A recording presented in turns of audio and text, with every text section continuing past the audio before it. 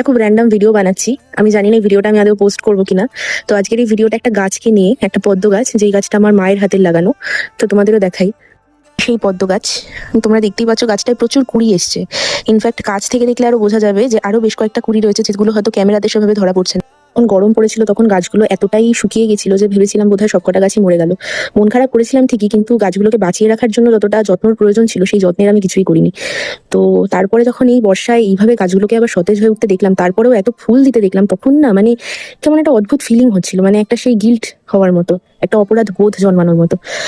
তো হয়তো একটু আউট অফ কনটেক্সট হয়ে যাচ্ছে, বাট কিছু কিছু ক্ষেত্রে না আমরা আমাদের আশপাশে এমন কিছু মানুষকে দেখতে পাই যেই মানুষগুলো হয়তো খুব সহজে ভালোবেসে ফেলে, খুব সহজে হেসে ফেলে।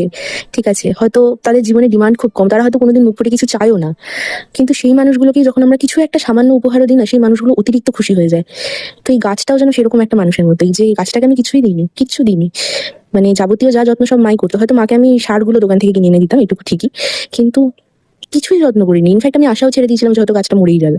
কিন্তু তারপরেও গাছটা সামান্য একটু বৃষ্টির জলে এইভাবে ফুল দিচ্ছে, মানে এরপরেও যদি আমি গাছটার অযত্ন করি, তাহলে আমার থেকে পাপী মানুষ বোধহয় পৃথিবীতে আর জন্মায়নি। তো সেটাই।